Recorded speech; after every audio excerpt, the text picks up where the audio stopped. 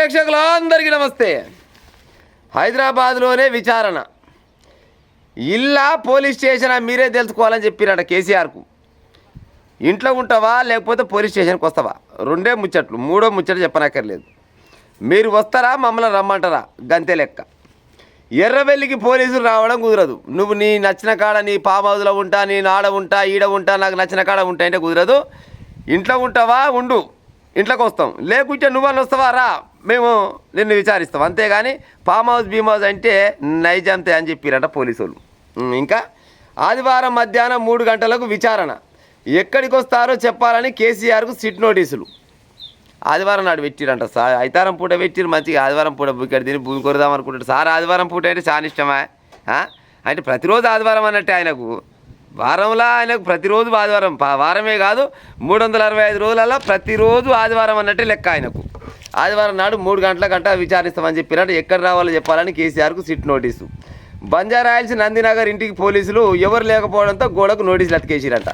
మరి ఎవరు లేకపోతే ఏం చేస్తారు, మరి డోర్ కొట్టవచ్చు, పిలవచ్చు లేకపోతే కదా డోర్కి అయితే అవి నోటీసులు అతికేస్తారు, పత లేకుండా పోతారు. ఎందుకంటే ఈయన అడ్రస్ ప్రూఫ్ మొత్తం గాడినే చెప్పిండు.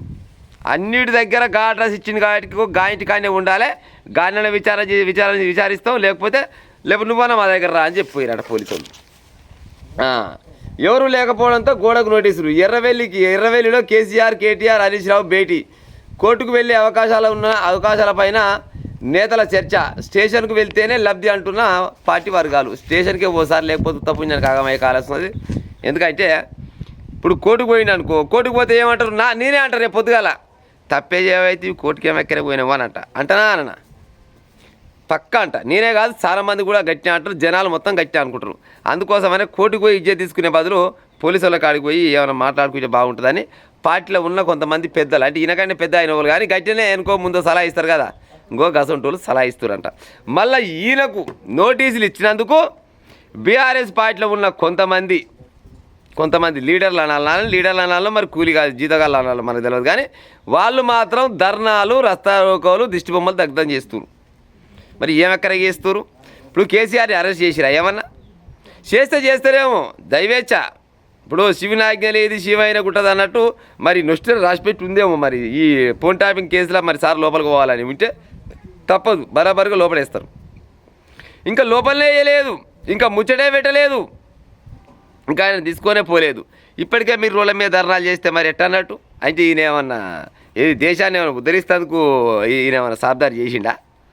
ఫోన్ ట్యాపింగ్ చేసిండు అనే అనుమానంతో అదేంటి పోలీసు వాళ్ళు తీసుకుపోయి మాట్లాడదామని అంటారు. గాయంత దానికి వీళ్ళు ధర్నాలు చేస్తారు. ఏమక్కరకు ధర్నాలు చేస్తున్నాయా, ఏం చేసిన ధర్నాలు చేస్తారు? 10 సంవత్సరాలు అధికారంలో ఉండి ఈయన ప్రభుత్వంలో మంది అంతా ఫోన్లు మొత్తం ట్యాపింగ్ అయినాయి. మరి అట్లా ఫోన్లు ఎందుకు ట్యాపింగ్ అయినాయి ఏం కథ అనేది అడగకూడదా? ఈయననే కదా, ఈయన చెయ్యి నీడలేంది వాళ్ళు చేయొచ్చునా? అధికారులకు ఏమెక్కర ఇవాళ చెప్తాడు, అధికారుల మీద బరాబరుగా నూకుతాడు. ఏమంటాడంటే ఏ అధికారులు చేసినట్టు నాకేం వెరకని, ఏమన్నా నేను ఇక్కడ దాగి భూమి కొరుకుతాను, నాకేం వెరకని పాడైపోను, నాకు ఆ సంగతి తెలియదు అనొచ్చు, నష్టం లేదు. కానీ మరి అధికారులకు ఏమెక్కరా, అధికారులకు ఏమెక్కర? ఈయన ఏమంటే కదా వాళ్ళు చేసేది. మరి చేయమని లేదు ఆ తర్వాత లెక్క. కానీ ముందు అయితే లోపలికి అయితే పోవాలి కదా. లోపలికి పోడంట ఆయన. లోపలికి పోడు, అట్టెట్టు అతికేస్తారు మీరు. ఏది ఇంటికాడ నందినగరేనా, అది ఎక్కడ వాయి, అది నందినగరే అనుకుంటా. మరి గాడెట్టు అతికేస్తారు మీరు అయితే. మరి నందినగర్ అడ్రస్ ఎట్లా ఇచ్చినావు? ఎమ్మెల్యే గెలిస్తప్పుడు లేకపోతే ముఖ్యమంత్రి అయితేప్పుడు నీ అడ్రస్ ప్రూఫ్ ఏంటంటే ఆధార్ కార్డులా లేకపోతే ఆ ఫామ్లలో ఏది ఫిల్అప్ చేస్తే గాడిని అతికేసి వస్తారు. బరాబరుగా వెళ్ళాల్సిందే.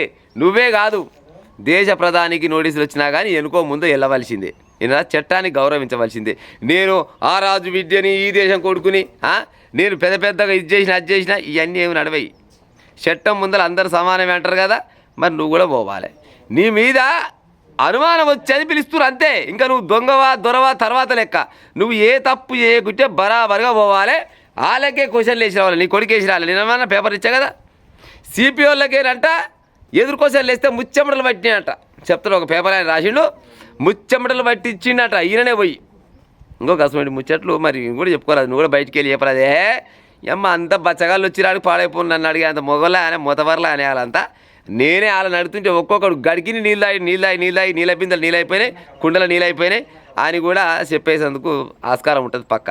ఎందుకంటే కేసీఆర్ అనుకుంటే చేయడా ఈ పని. ఒక్క దెబ్బకే అంటాడు ఏ ముచ్చటైనా కానీ నేను చెప్తేనే మీరు వినాలి, మీరు చెప్తే నేను వినాలన్నా అంటాడు. ధర్నాలు చేస్తోళ్ళు గట్టినే అక్కడోడు లేని కథలు పడ్డారు అనుకో, ఉత్త పుణ్యానికి ఆగమవుతారు మీరే. కేసీఆర్ ఏం ఆగం కాడు. ఇక అంటాడు నేను లోపలికి పోయే అవకాశం కూడా ఉన్నది, ఒకవేళ జర బిగ్గర అయితే నేను లోపలికి పోయే అవకాశం కూడా ఉన్నది.